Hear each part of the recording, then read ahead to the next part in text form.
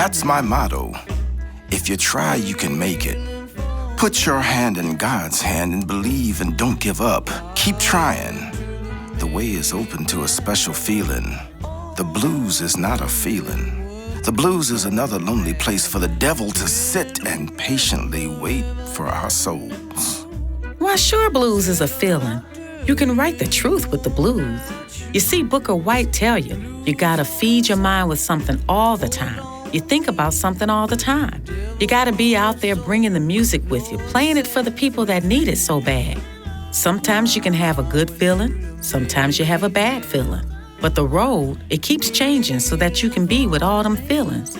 You know, the feelings that the blues line always bring up on something you love or something that quits you. And the devil can't get you if you keep moving. Yes, indeed, I know this to be true. Oh, I sure do know this to be true. I was a little late. So was everyone else, except Lenny. He had the advantage. He lived there. The reason I scheduled early was the fact that we were always late because of continuous complications. Lenny had strong coffee brewing. The aroma couldn't quite cover up the smell of stale smoke and spilt beer. We drank the black mud as fast as Mr. Sunglass Man could pour it. The man in black always looked the same, no matter how much he was hurting. Though I could tell when he was because his sunglasses never came off, even in the house. I guess for the eternally hip, the sun never sets. There he was, making coffee, wearing dark shades and a black leather cap. The other clue was his voice. It was lower than usual. It sat at the very bottom of his throat, like it was coming from the bottom of a shot glass. We did our song and dance. I walked up to him, waited for him to say something, got bored with the fucking wait and asked, "Hey, Lenny, how you feeling this morning?" Fucking fine. I figured I should go find friendlier company. It was going to take Lenny a while. The cars, trucks, and vans started to show up. The arrival looked like a scene out of Road Warrior, each vehicle a little more beat up than the one that came before it. Driving down the dirt road, dust billowed out from behind each one. The passengers got out, looking like they were riffraff who had survived a nuclear war. Except for my guitar player, Marty. He looked like a futuristic cowboy. The little red Fiero was all nice and shiny. When the tiny door swung open, out popped two real long legs with Marty sitting on top of them. With the cowboy hat and boots, he was coming in around 6'3". Howdy, partner. Time to lasso them blues. I took a deep breath. The rhythm of the road had not yet begun. It would take a while. I needed time to adjust my thinking. One by one, the group stumbled in with a mission. They were all headed for the coffee pot. Since he was the musical director, Lenny was getting the charts and set lists together. He made sure we had a band that could play and remember our music from gig to gig. There were 3 vans going. Lenny, AC, and I were the self-designated drivers. The 3 of us knew the speed limit was for people who didn't know the rules were made to be broken. Everyone was excited. We always were when getting ready to leave town. That is, everyone except Chrissy. She got out of her 10-year-old Oldsmobile. Her hair was up in a ponytail, contacts out, thick glasses on, skin-tight jeans, tennis shoes, Colin James road jacket, cigarette hanging out of her mouth, and a jug of coffee in her hand. As soon as her feet hit the pavement, she started in. Fuck, I got lost again. Just once I want to drive somewhere and not get fucking lost. Chrissy took a drag off her cool. And it's too fucking early. I hate early. Anything before noon is too fucking early. It's 9 o'clock in the fucking morning and I'm fucking pissed. It was time for her to pull out another cigarette and touch the end of what was left hanging out of her mouth. I'm fucking starving. Is there any food around here? Chrissy was always hungry and always got lost. No matter how many times she had been somewhere, she just couldn't retain the directions. She grew up in Oregon in a small town with one main street, but hell, that's no excuse. She had traveled all over the world. This was just another way for others to take care of her. She usually had some burned-out fan drive her to the gigs. My mothering tendencies suited our needs beautifully. Chrissy laughed. Thank God I smoked a fucking joint. It's almost too fucking early for that. It must be her way of setting the world straight, so to speak. My stomach was getting upset. I was on the Chrissy merry-go-round. The non-ending circling of her complaints was making me dizzy. I wondered why the Rolling Stones didn't fire her when she was on tour with them. It will be one of the great mysteries that I will take to my grave. She stopped long enough to take another drag off her cool. Jesus Christ. Why the fuck do we have to leave so fucking early? It only takes 2 hours to get up to fucking Port Townsend. I'm too old for this fucking shit, and I'm not going in AC's car. She won't let me smoke, and she never stops fucking eating. AC looked at her with a blank stare as she chewed on a Kit Kat while leaning against her van. She acted like she had made peace with her bad eating habits a long time ago, but Chrissy's insults had hurt her feelings. Chrissy was oblivious that anyone had feelings but her, of course. She continued, I'm fucking tired of it. My head pounded harder each time she talked. Jesus, Chrissy, would you complain if they hung you with a new rope? She didn't get it. What the fuck are you talking about? Forget it. Listen, this was all decided days ago. If you have a problem with it, you should have said something when we were making plans.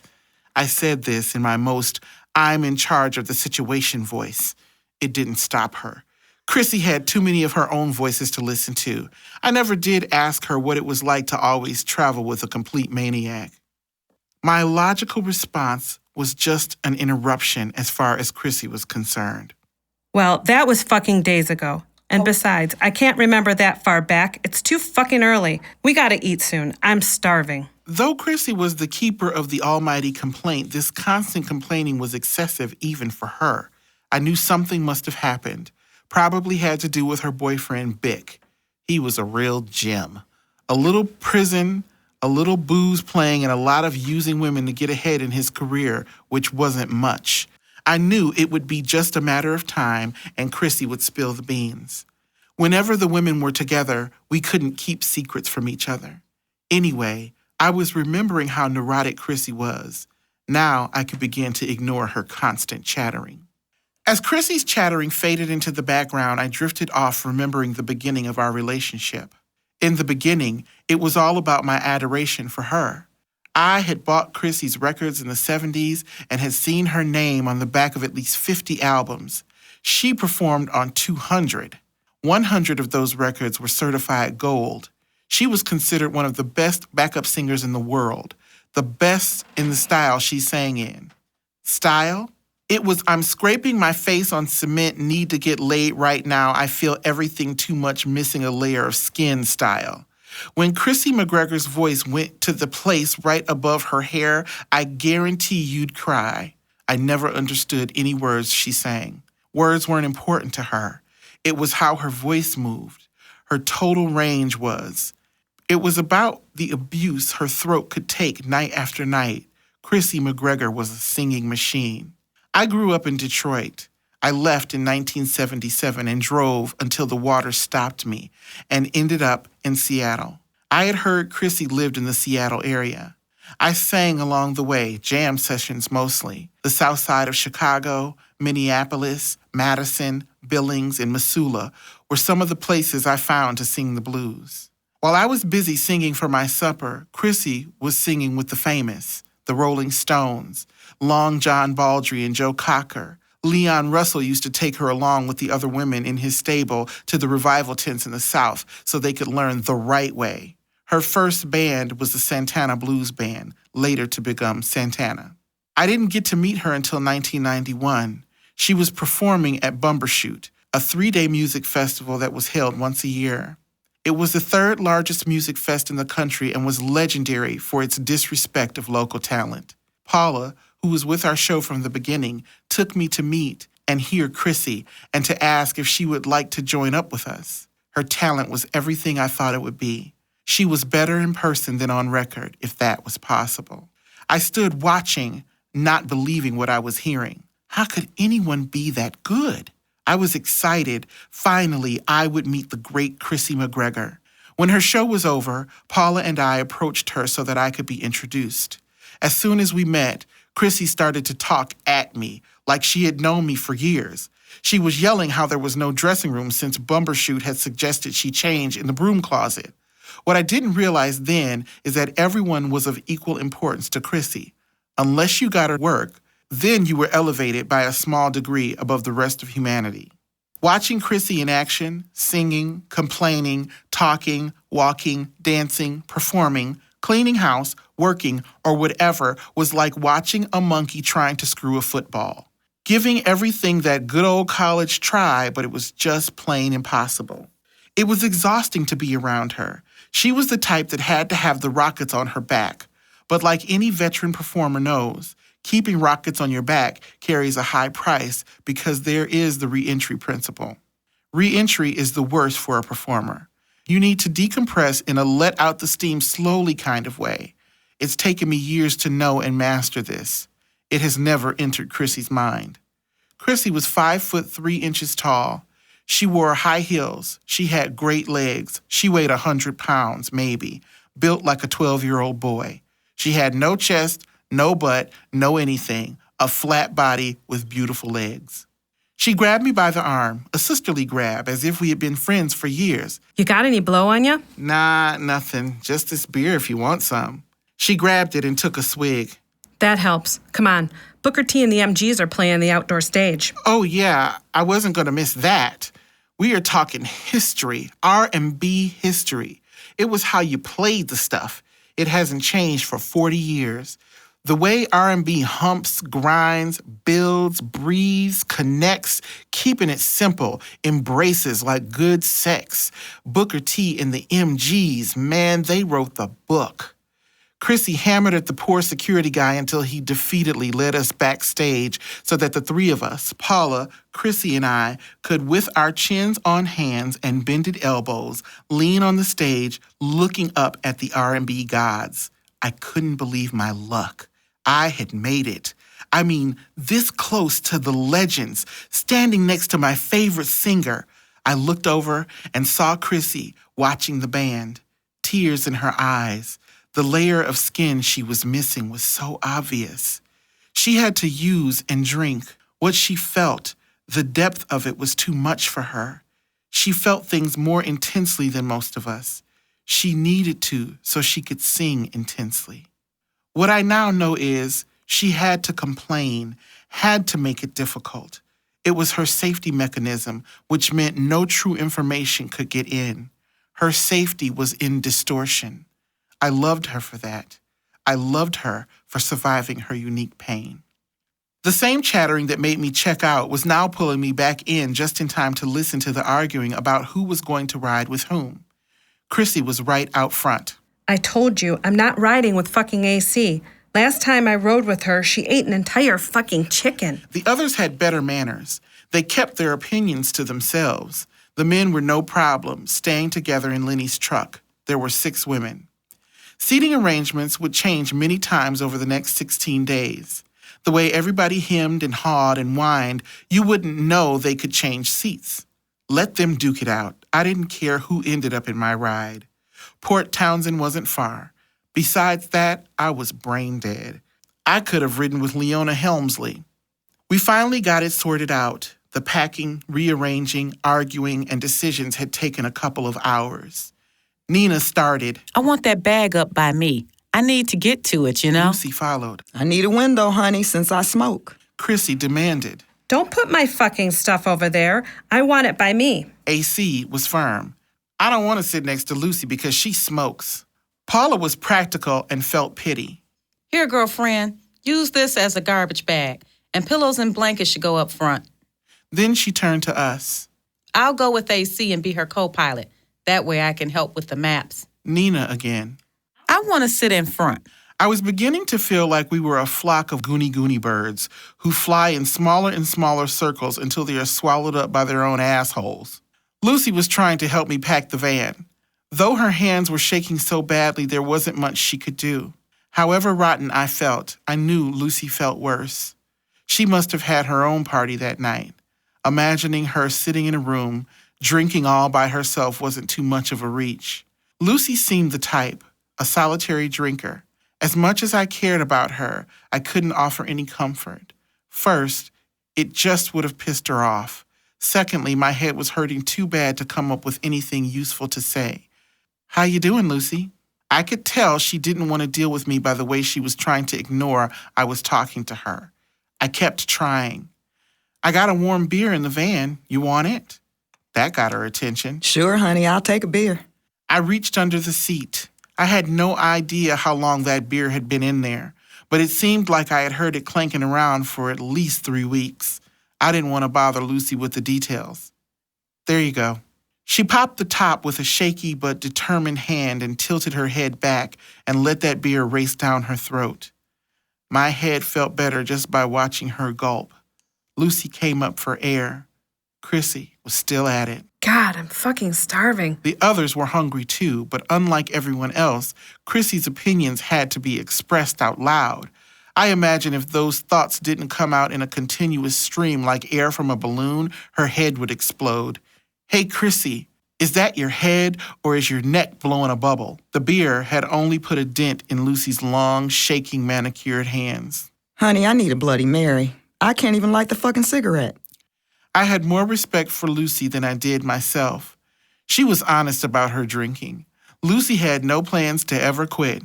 If people thought she had a problem, then that was their problem, while I would pretend I didn't drink very much. I was just fine. Damn. "What is it, Luce?" This is gonna be a long fucking 16 days. I laughed while watching AC slowly get into her van with a sea of maps tucked under her arms, with Paula trying to help her. Miss Bossyface, AC, yelling at Paula, had a rag tied around her head, slippers on her tired, swollen feet, and a big old T-shirt with pizza sauce on it pulled over black stretch pants. You couldn't see out her back window because there was so much shit in the rear, most of it food. If we had gotten lost in the Alaskan tundra for a month, we had enough food to sustain us, and that was just what was in the back of AC's vehicle. Booze I was in charge of, so that meant 2 gallons of McNaughtons. I mean, we might not see a liquor store. Chrissy, Paula, Lenny, and Vinny always had the pot. After we had breakfast, the group had a day to get to Port Townsend. We rechecked our supplies. Off we go into the dull green yonder.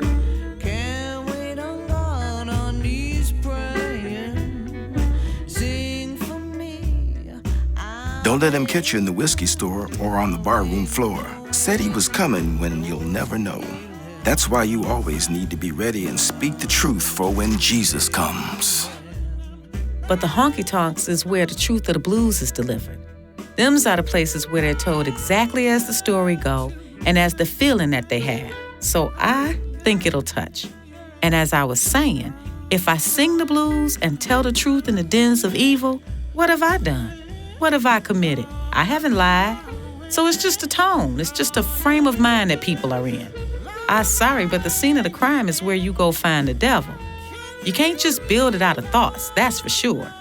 You have to have some kind of experience for this. And if you don't have that feeling, you can't do much with it. Jerry's Blueback Grill was the only logical choice. I mean, if there is such a thing as 2 scenes to the crime, I was visiting the second one. The club was 20 minutes from Lenny's house. The ride would give us some time to start liking each other again. It would be the beginning of the adjustment process. Lucy was right. A Bloody Mary would help. Jerry's had the strongest, which made them the best.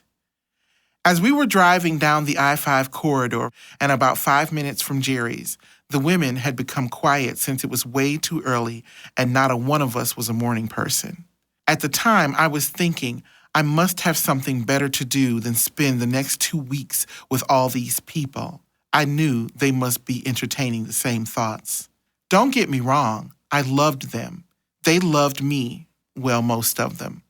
It's just that living together on the road, you had to work into it, gentle-like. It was part of the rhythm, part of the process. After breakfast, the vibe would be better. Food made a big difference. Cigarettes, coffee, alcohol, and time. They all helped, and I needed all 5. Lucy let out another deep, am I really here sigh. I looked over at her. Man, even with her crappy lifestyle, she was something to look at. Slinky and long. Long? Her hair was dark and long. Her neck was long. Her arms were long. Her fingers were long. Her nails were bright red and long. Her waist was long, her toes were long. The cigarettes she smoked were long. The drags off the end of her cigarettes were long. Her sideways glances were long. The pauses between her sentences were long. The names of the drinks she drank were long. Long Island iced teas with long deliberate sips in long chimney glasses with a long straw sticking out of the top. Slinky? The dame was to the right of Slippery with those high heels that went on for days. Lucy was 6 feet tall in those shoes.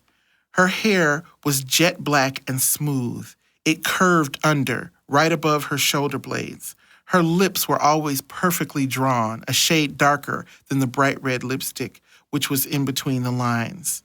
Dresses stretched tight across her incredible body. You just knew the cotton dress was going to tear any minute, and so short it was plain dangerous for her and us. Lucy was continuously applying lipstick, always with a brush. It would be a sin to apply directly. I'm sure the lipstick hanging off the end of that brush was dying to be worn on her luscious lips that would pull back over perfect white teeth, exposing a sweeter, more vulnerable person than the one you had imagined a moment ago. She was the Jessica Rabbit of the blues. Lucy told everyone she was Hawaiian. Her skin was light. Turned out, her father was black, a jazz musician. While growing up, Lucy sat underneath the piano in their living room during his rehearsals. It all took place before he blew town and the family never saw him again. Her mother was white, a gal Dad met on the road in a dance hall, a groupie looking for a little excitement. Her mother was nuts, so Lucy kept her distance. Lucy loved younger men, young and tender. The younger, the better.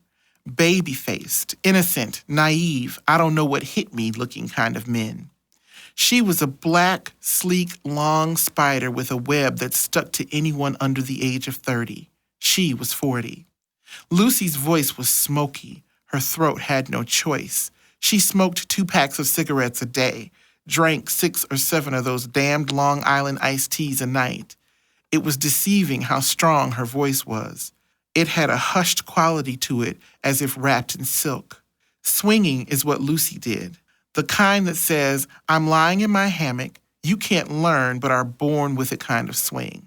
Steamy Lucy sang it smooth.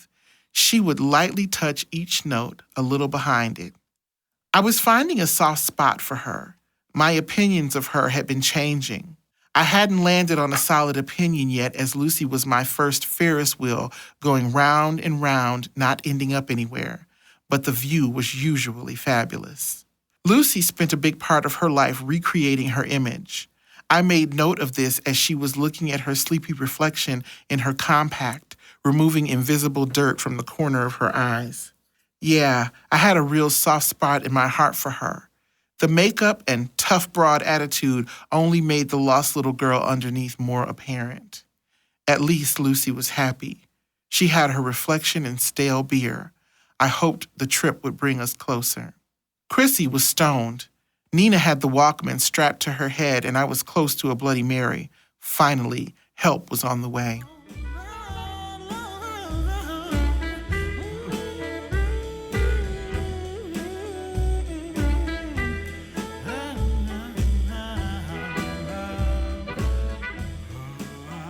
The terminals are a couple of blocks away from the music hub of Seattle called Pioneer Square.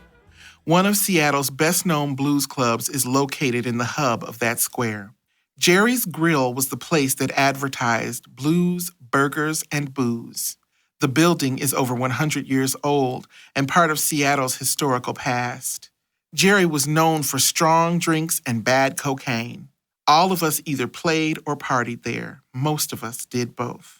The bartender was part of the building. Anita had been working at Jerry's for 30 years. Anita could pour.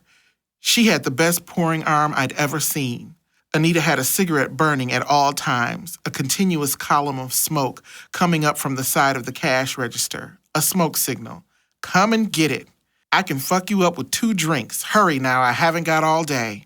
Lucy, Chrissy, Vinny, Lenny, and I walked up to the bar while the rest of the group got a table. Anita had seen it all before. Sure looks like you've come to the right place. Why don't you let me fix you up with an early bird special? What we wanted was a Bloody Mary, but then again, an early bird special sounded too good to pass up. Vinny went first. Fix me up, Anita, baby. Lucy spoke for the rest of us. Honey, we couldn't be any worse off than we are now. I was glad I didn't have to make important decisions just yet. Anita was happy. She got to show off some of what she knew. Anita became a modern-day alchemist right before our bloodshot eyes, shaking, mixing, spilling, splashing, and replenishing with flashes of red nail polish as her hands moved like lightning. She poured it proudly. We waited impatiently. All right now, drink it down slow. You'll feel fine in about 20 minutes. We drank, but not slow. I don't know what was in that drink. The witch's brew could have been dried bat wings for all I cared. We all gulped it down. Anita's information was correct. Right on time, 20 minutes later, we felt better. We tipped her big and floated off towards the breakfast tables to find the rest of the band. As I walked away from the bar, I was becoming mentally centered to start the road trip. You have to ease into it mentally, spiritually, and physically. How would I handle all those different personalities? I had to let go of being right, let go of being in charge. I needed to find the place inside of me that could care for people the way they were, not the way I needed them to be. Open up, share space, relax. It won't be the way I want it most of the time. Release. It's time. I can do this now. Eat some breakfast. The drink was beginning to erase the previous night. I had finally stopped shuddering every time I thought of what I had done. The early bird special was my new religious experience. How could I have felt so bad and now feel so good? I couldn't think of anything that worked quicker, and believe me, I was into quick. Vinny was feeling better. I could tell because he was able to put entire sentences together. Time to order. Our waitress was a bossy little thing rearranging the tables and chairs as they scraped along the old wood floor. In 3 minutes, she had the furniture in their new positions, water poured in short-spotted glasses, sturdy white coffee cups turned up and filled. White paper napkins and silverware that didn't match were set in 12 places. Menus were ripped out of our hands as soon as we ordered. I could smell the bacon. The white, erasable boards had their specials for the day. That day would be sloppy joes for lunch, chicken fried steak for dinner. Canned minestrone was advertised as homemade soup of the day. The booze running through my veins, the familiar sights, kitchen smells, and being well taken care of were giving me time for my eyes to focus. I was getting closer to handling the day. Of course, AC wasn't happy. She gave the waitress nothing but a hard time. "Girl, I told you that I didn't want any ice in my water. It upsets my stomach." Nina took her eyes off the busboy long enough to catch that one. That could have been the Kit Kat you were eating at 9 in the morning. AC pretended not to hear her, and the waitress began to look like Patton with an apron. AC was oblivious. I couldn't get over it. How could she be giving Patton such a hard time after working under her father's tyranny in their family barbecue joint 6 days a week? But AC kept going. "There ain't no such thing as good help.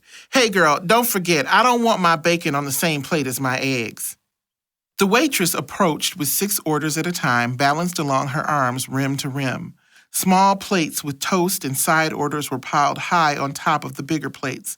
Good waitresses always amaze me. AC was on a mission. "You forgot about my bacon. I could get you fired for this, girlie." Patton took charge like the general I named her for. Yeah, well, it would be better than this fucking hole. We all laughed. Not because we thought she was all that funny, but more to keep feathers nice and smooth since one was a goony bird. AC's insecurities gave her permission to be judgmental, to be unkind. AC was younger than the rest of us, 15 years younger. While we were dealing with menopause, she was facing 35. Her size made her look 10 years older. At 6 foot, 300 pounds, AC took up the room when she walked in. All of a sudden, the ceilings were too low, the walls too close together, and the furniture too small. AC had a beautiful face, and in the previous year had taken steps to improve her looks, her teeth capped, hair fussed with, clothes more stylish, but the beauty thing all too often comes from the wrong direction. It's not from the outside in, it is from the inside out. That's a hard, tough journey that most aren't meant to take. AC seemed to be one of those. Her skin was the color of hot chocolate with lots of cream, typical of the Creole black. She couldn't do much with her hair, twisted up in a bun maybe. The kind of unruly straight and fine that flies away at the slightest hint of a breeze. The kind of fine that a bobby pin has absolutely no power over.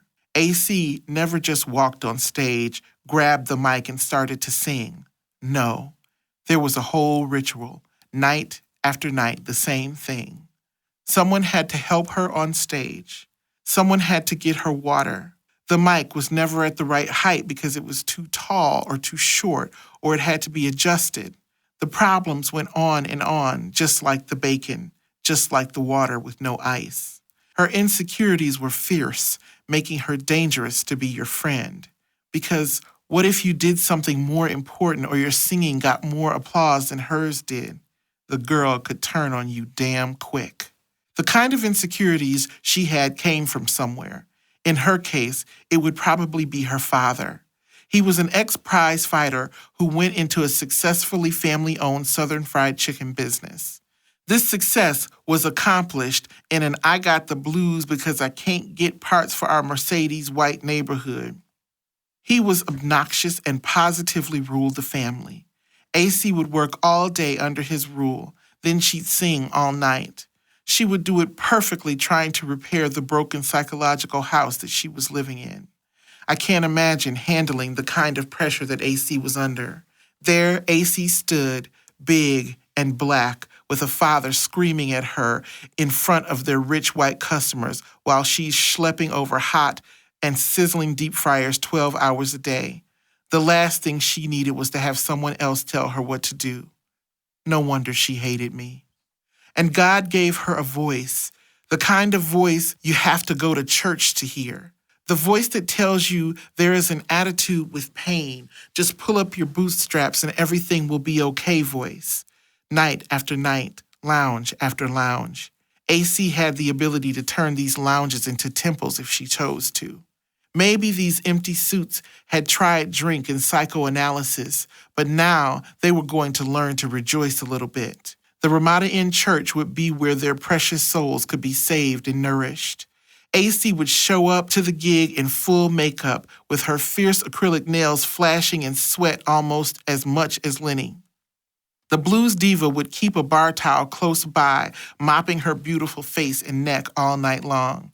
After her first song, the makeup was a dim memory from sweating and mopping and singing the blues. It made the blues seem more authentic. How the women blues singers must have looked back in the 1920s in the heat of the night, drinking homemade whiskey while singing in old converted chicken shacks. There they would stand under the southern skies as the gold in their teeth glittered from the stage lights burning with kerosene. AC broke the rules. I knew when I met her that she would be one of the difficult ones. She was. I was right. But watching her sing, like walking into the funhouse, inviting at first, only to get scarier as the car quickly moves through the dark. The screaming begins, and you have no idea what's coming next. Shaking, you get out, not sure if you want to do that again, then realizing it was worth the scare, the adrenaline rush. Her talent was worth it. Drifting back to Jerry's Grill, I watched AC eat her huge pile of food, shoving love into her mouth one gulp at a time. I fixed on the ceiling where an old kerosene lamp was hanging, but it wasn't reminiscent of the old South since the bar was as nautical as the customers were. There were life preservers on the wall, pictures of naval ships in the Second World War, dusty lanterns hanging from the beamed ceiling, blue walls impersonating the sea just 2 blocks away, and tobacco-stained dividers depicting sailors, which separated the bar from the restaurant. I really didn't like this place. I had too many memories. They were floating around my head as I was eating breakfast. One of my drinking incidents I tried to forget was the time the fleet came in for seafare. There I sat, drunker than a pig in a room full of sailors, yelling, "I love seamen!" When memories like these snuck through the hidden tunnels in my mind, causing embarrassment, I would try to push the dark memories away so that I could no longer feel the chill that crept down my back. I shivered. At the same time, Nina was just getting warmed up. She had more immediate things on her mind than the next gig. Oh, Vinny, you look so cute with your hair all messed up. Maybe you slept on it funny. Let me straighten it for you. Nina purred as she stroked Vinny's hair. She loved to flirt. That was her job. This morning, though, I had news for her. I bet Vinny didn't sleep on his hair at all. I don't think Vinny got any sleep. Vinny was surly, but happy, basking in the glow of Nina's flirting and the bartender's alchemy. He got a little defensive. I got some sleep, so fuck off. Nina gave me her typical bitchy little smile and continued to stroke Vinny's hair. Meanwhile, Nina couldn't have cared less if Vinny was a good player or not. He was a man who was close by, and she was in heat and purring loudly. Her fingers were messing up his already messy hair. Nina was feeling a rumble in her groin, and it wasn't Vinny's bass. Maybe I'd order dessert. As I sat shoving ice cream in my mouth with each depressed spoonful, I watched Nina work Vinny over. Flittering over him like a bird and realizing that, like our feathery friends, Nina's legs were far too thin to hold up the rest of her body. Birds nervously pick at their feathers, causing them to never have a still moment. Have I ever seen a bird stand absolutely still? No, I haven't. It was the same with Nina. Sitting on her bird-like legs, picking at everything, nails, hair, makeup, pulling down her shirt, slipping her shoes off and on. It was an organized twitching. She looked like a bird. No chin, short hair that stuck straight up, and a gently hooked nose. When the show needed a break from the big mama don't fuck with me, I'm in charge blues style, that was Nina's cue since her voice was classic. Not strong, not loud, just pure. She could transform, embrace a ballad, surrounding it with her personality. When I would have the privilege of seeing her dinner show, she would make me cry. She made everyone cry. Distracted from my own thoughts, Nina was practically chirping sexuality at Vinny. He seemed oblivious to her lack of sensuality. I mean, how sexy is a bird? But I spent most of my time thinking about and trying to keep everyone happy, especially Nina. It says a lot more about my character defects than it does hers. When Nina came to work, she had dozens of complaints. She couldn't hear herself. Too much smoke. The guitar player screwed up her part. The drummer was making fun of her. This singer was singing too loud. That singer didn't give her enough respect. She was losing her voice, or her feet hurt. Now that was one we could all relate to. Anyway, as much as she loved shoes and singing, Nina's real fix was men. In her eyes, men and sex were sacred stuff. She couldn't live without a man, and boy, could she pick 'em. These men were spineless. Nina's life was a contradiction. She was an only child, Mormon, raised in a small factory town in West Virginia. Her father ran off when she was 2 years old. Her mother never got over it. When Nina moved out to the Northwest, her mother followed close on her heels.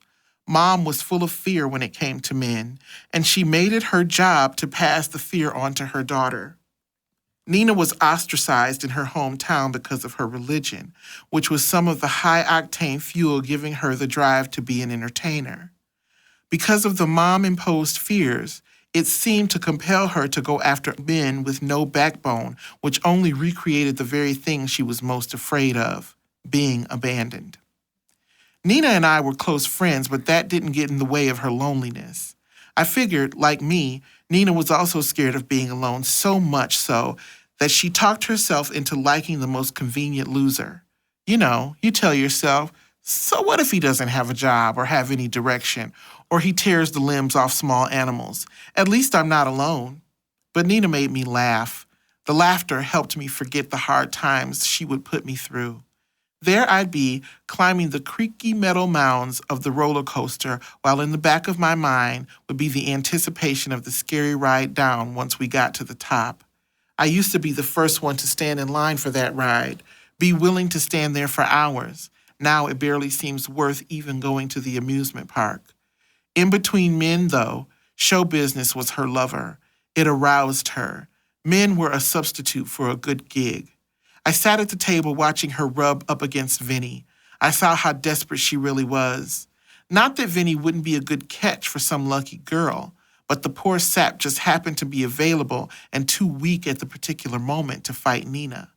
I knew how Vinny felt about her. He would fight back as soon as his strength returned. It's just this morning, Vinny was closer to her than our next gig. Nina decided not to hold out for the music. She was going to find her escape in Electric Vinnyland. I was tired of watching. It was time to leave familiar territory. The road trip was beginning. It was now official. If I just had the strength.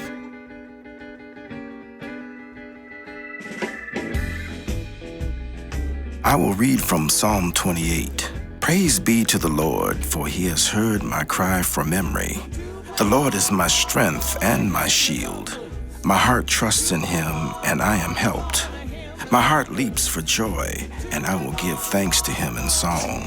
And I am here to tell you that the Lord ain't talking about you singing them blues. Oh no, the Lord says you better quit singing them blues because you ain't too old for the devil to get you. Just get on your knees and pray. The blues? Well, it's all kind of beyond me. When you want to sing them, you can't sing. And when you don't want to sing them, why, you got to sing them or hum or do something. And at the time that you want to sing and you don't feel bad, why, you still want to sing. And you got to feel that everything goes wrong. So wrong that the blues has come in your mind, one thing after another. And you sing songs that I don't know if they've ever been thought of before.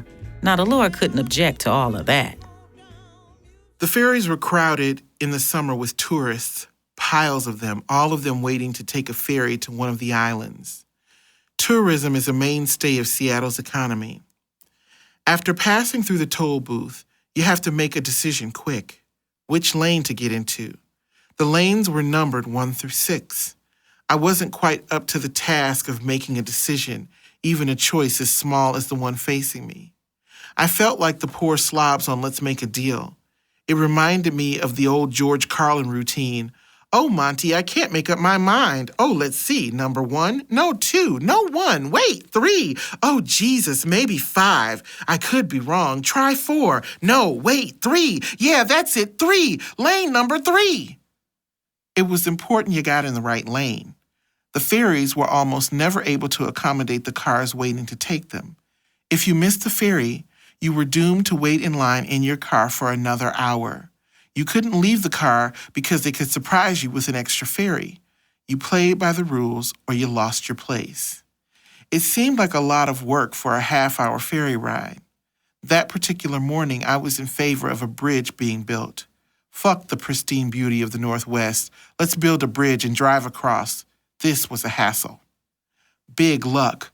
20 minutes, and we got on. All 3 vehicles. Men and women in orange vests flagged us to our respective spots, up the side ramps or straight down the middle. You're supposed to wait until the ferry is completely loaded before you get out of your car. We never did. All of us emptied out and headed upstairs for coffee, sugar, beer, or whatever suited our personal needs. I liked sitting on the top level, grabbing a vinyl booth and stretching my legs across so my feet could rest on the seat facing me, and spread out the paper on the plastic table in front. Now settled on the ferry, a bridge didn't seem like it was necessary. I watched Paula as she bounced towards the booth. Hey, girlfriend. You mind if I sit with you? Of course not. You know I love you. Paula reached over and squeezed my hand. She chose to sit next to me as opposed to across. My Buddha buddy was exhausted and quickly fell asleep, leaning against me, her head on my shoulder. The quiet gave me a chance to think about some of the pretty country I would be driving and how glad I was to have Paula along for the trip. The band joined us in the torn, shiny booths, fueled and raring to go. The girls were turning their thoughts to our upcoming gigs on the road tour. Lucy was excited about opening for B.B. King and Roy Orbison, thinking it was her ticket to the big time. Ooh, honey, I can't wait. Roy Orbison, honey. I hope we get a chance to talk with him. I want to give him my tape. Then she turned to me with an insecure look. Honey, do you think I should give one to BB? Chrissy, a hustler from the day she was born, jumped on the question, which wasn't directed to her. Sure, man. You gotta fucking work it. You don't get that many fucking chances. Nina laughed and joked in her drawl. Tell him y'all are fucking your way to the top. That'll get the poor boy's attention. Then she followed with a purr. Tell him, you've worked under some of the best people in the business. Paula laughed. Any reference to sex, Paula and Nina found funny. AC was slowly eating her dry cereal, reading People magazine. As usual, she didn't care what the rest of us had to say. While the food was falling on the map spread out on AC's lap, she slowly brushed them away, like an antelope's tail that swishes away those pesky flies. Being in charge of anything was serious business for her. The guys were pretending to ignore us, but they loved listening as long as there was a chance that we might talk dirty. They felt like they were in on some privileged female information. With a mouthful of pork rinds, Chrissy was ready to move on to more personal desires. Hey, Lucy, let's go horseback riding when we hit Port Townsend. Lucy looked nervous. I don't think those dresses she wore would stretch over the saddle. I'm pretty sure, too, that there would be nowhere to put her cigarette while riding. Lucy's saddle would need an ashtray. You could hear the concern in Lucy's voice. I've never been on a horse before, honey. Chrissy had a mission. No stopping her now. Don't worry about it. I'll show you how to fucking ride. Lucy was too weak to argue. You couldn't argue with Chrissy under the best circumstances. Well, I don't know, honey. Maybe I will. Sure you will. It's a fucking blast. You gotta do it with me. If you don't go, I'll be fucking bummed. We'll talk about it when we get there. Nothing to talk about. We're going. Lucy looked miserable. We all knew once Chrissy started, she wouldn't stop. And if she had a plan to go horse riding with Lucy, it was as good as if it had been etched in stone by God himself. Paula couldn't stop laughing. I know she was getting the same picture as me. Lucy on a horse was just too much for her. Once she got going, I couldn't stop. Chrissy was indignant. Fuck you. I loved being on the road with Paula. When I shared a hotel room with her, I got to see and hear her chanting every morning and night, day after day. It was an odd sight and sound in those cheap motel rooms. Paula genuflecting in front of a stiff, upholstered motel chair equally suited to the office of a fly-by-night tax return outfit. On top of the chair, Paula delicately laid out her silver bell, worn holy book, prayer beads, white candle, and brass incense burner. When watching Paula pray, I would become transfixed. The sight and sound was a bit of an oxymoron. Naked is how Paula prayed. She was a sight to behold. Her body was petite and firm.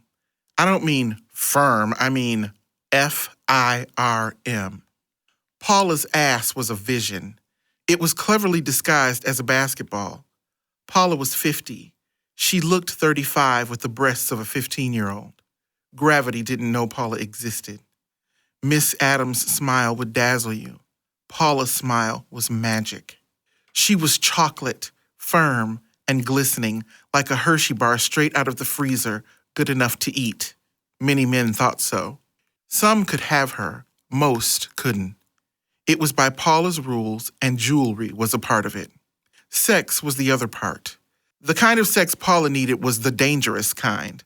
Athletic, in elevators or dark closets and shower stalls. The singing gig on the cruise ship, headed through the Caribbean, would have been enough to wear out the healthiest of women.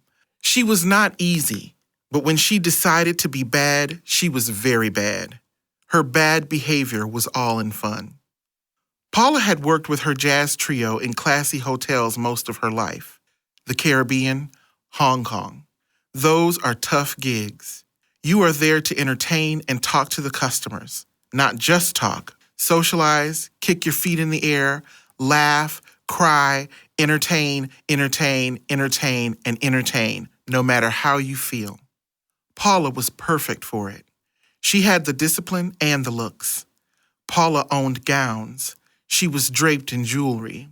Everything she wore was shiny, tight, and it sparkled. Before the women's show, Paula had opted to slow down on the constant traveling because her father had just died. Also, her sister was very ill and had a teenage daughter who Paula and her mother were helping take care of. Her sister eventually died, leaving the daughter in Paula's care.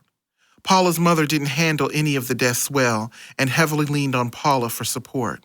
Singing had been a part of her life for 35 years, and in all that time, her mother hadn't seen her sing even once. So there was Paula, supporting a mother who never supported her and raising a child she hadn't ever planned on raising.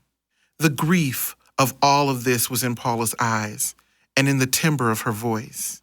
To me, it was no wonder of all the women, she was the most compassionate one.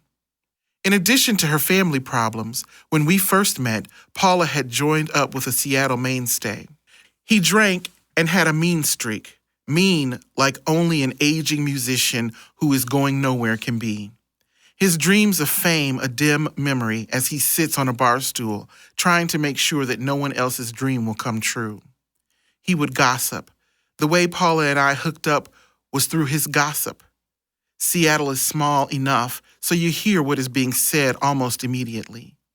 He told Paula that I didn't like her singing and told me the same about her. We compared notes. He was busted. She and I became friends. Paula had come out of the special mold God had reserved for her kind of hardworking entertainer, the same mold that birthed James Brown, Tina Turner, and Wayne Cochran. They have to sweat. They have to be exhausted. They have to know and mean every word that comes through their souls. As if jet-propelled, the words would land in your lap because they were motivated by some life experience. Paula had suffered so much, and she was willing to carry it all for you. She would do this by singing the same old, tired R&B songs. But the words weren't tired because those who listened to her responded. She made the depth of her feelings available to them, drew them into her life experience, and took them along for the ride. At the end of the song, the listener knew the words were part of their life too. I heard the words as if for the first time every night she sang them. That's talent. That's talent backed by humping, grinding, kicking, licking the mic, crawling, chewing the guitar player's leg, sitting on an audience member's lap, smooching on his cheek, fucking sweat. Not many make the physical or emotional commitment. She did. She had to. She would have gone crazy if she didn't. Few people knew what I knew about Paula. She could be mean. Underneath all of Paula's disciplined spiritual ways was a gentleness that should never have been mistaken for weakness. Of all the women I worked with, Paula was the last one you should cross. When she was really mad at someone, she would tell them, "I'm going to pray for you and fuck you up." And she did. I was lucky. She didn't curse my spirit and freely gave me hers. In fact, most of the time, she kept my head out of my ass. I couldn't go into the world owes me a living syndrome. You worked for your stuff. Working hard didn't mean you'd end up a star or be successful, but damn it, you knew you had gone to work and produced something. Paula was my Buddhist guru as we rode safely in a huge teacup and saucer ride with our arms around one another, smiling and watching the world go lazily by. I watched Paula sleeping on my shoulder. I thought how beautiful she was. Her soul shone through as she slept. I could smell her wet and thick, napped-up hair from her rushed morning shower. I liked having her head leaning on me. I hoped I was as good a friend to her as she had been to me. My eyes alternated between looking at Paula, the morning paper, and watching the passing scenery. It was a beautiful half-hour jaunt, looking at the Seattle skyline, which is big enough to be interesting and small enough so it's not overwhelming, the deep blue water of Puget Sound and the islands dotting the horizon. The ferry ride was the beginning of a journey which would take us through some of the most spectacular scenery in the country. It had been such a long time since I really paid attention to nature. Something bigger than me, usually making apparent that I couldn't grasp my own. Our first stop was Port Townsend, Washington, a small, picturesque town carved out of rust-colored cliffs overlooking Puget Sound, which was usually dotted with sailboats. The town was filled with plenty of arts and craft shops, Victorian homes open for tours, and aging hippies. The area was kind of a deadhead heaven. We were scheduled to play Port Townsend's first indoor blues festival, indoors because the weather is so unpredictable in this neck of the woods, since the port town isn't far from the rainforest. Also, the festival was designed to bolster the revenue of local bars, there being no better way of making money than packing the clubs to the rafters with thirsty blues fans. We'd stay for 3 days, each day playing a different venue. Oh boy, can't wait to move all that gear 3 times. That was the ugly underbelly of gigs, no matter where you played, unless you were a rock superstar. Then all your roadies did the work, while you got to know the groupies better or put on more makeup. I was getting chilled out. Looking at the water seemed to soothe the rough edges that were outlining my body. The quiet was good. I was lost in thought when Chrissy plopped down, ignoring Paula sleeping, and the zen-like trance I was obviously in, obvious to everyone but Chrissy. She was looking worn out while she chewed on a chocolate chip cookie. The years of bad men, drugs, alcohol, cleaning houses, touring, and singing blues had definitely taken its toll. I didn't feel like conversing with Chrissy, but there was nothing else going on, and Chrissy wanted to talk. She never wanted to talk. Complaining and gossiping, yes, but not real talking. I didn't think she knew how. I was curious enough to bite. What's going on? Vic and I broke up. I thought you guys were getting along great. So did I. What happened? He's fucking someone else.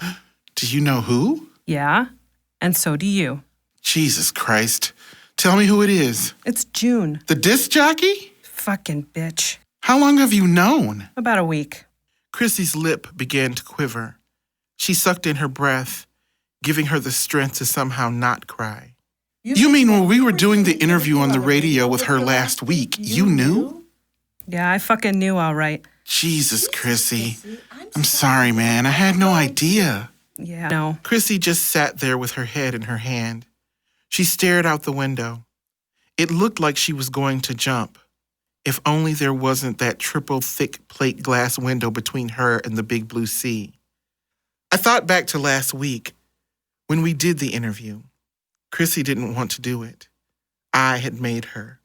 I didn't understand the fight. We were getting a full half hour on one of the highest rated radio stations. We were the featured act of the month for their popular blues show. June Zagante was the blues host. She treated Chrissy as if she were her new best friend. Chrissy looked miserable through the interview. I thought she was coming down with something or just had a bad hangover. When it was her time to sing, she sang "There Ain't Nothing You Can Do." It's a powerful ballad by Albert King, but I had never heard Chrissy sing it before. Now I understood. She had a point to make, and by choosing that particular song, she got to make it. Big's not still staying at your house, is he? Yeah, he's moving out by the time I get back. I was in shock. How can you bear it? Well, I've been getting even with his fucking ass wherever I can. I loved hearing about revenge.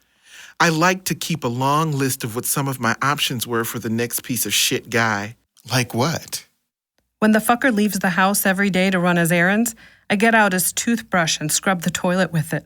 Every day? Every fucking day. I am the fucking tidy bowl man. I began to laugh. So did Chrissy. For the rest of my life, every time I would either hear Big's name or see him, I would think of his toilet-stained mouth. That's good, Chrissy. Anything else? Yeah, I make him dinner and make sure there's a big glob of spit in it. I hack up a good fucking blob of it. Wow, you are the best. You are the reigning queen of revenge. You bet your ass I am. We sat there looking out the window. I felt like Chrissy had something more to say. Are you going to make it through this? This one tore me up, Lena. I loved him more than I ever thought I fucking could. I'll make it, I guess, but sometimes I think I don't want to. Yeah, I know exactly what you mean. The boat was coming into port. I woke Paula. The three of us dragged our asses back down to the car decks. I thought of how hard life seemed to be for each woman. We were good women. We deserved better. I started the van and tried to shake off my depressing thoughts as I heard the boat bumping its way into dock. We were getting off on Bainbridge Island, a place with beautiful homes on the water, yuppies living on farmland. Under the faded blue jean sky were winding roads through lush, thick land that would occasionally arch colored in northwest green. It's different here in the Northwest. A constant gray drizzle goes with the turf. The ongoing rain is too much for most people. The big bonus is the green all year long. It does spoil you. When I venture out into other parts of the world, it's a disappointment. The world has a brown tint to its landscape, a bit frayed, like worn-out carpeting, not enough vines and not enough trees. Leaving the ferry, it was quickly nap time for everyone except the drivers, but we knew that when we took the job. Sleep was the trade-off for our freedom. AC, Lenny, and I would rather have our vehicles at our beck and call go where we wanted to, when we wanted to, as fast or as slow as we wanted to. This is where I would start to get the hang of it, remember what it was like out there, what I would have to do to endure it all. I could think about what was ahead. It was quiet. The women in my van were asleep. Chrissy was snoring in and out. The tires clicked every time they rolled over the seams in the road. Both were a comforting sound. My arm was hanging out the window. Because of the roaring of the wind, there was barely any room left in my ears for the muted radio sounds of the 60s tunes I knew the words to. I was getting plugged back in.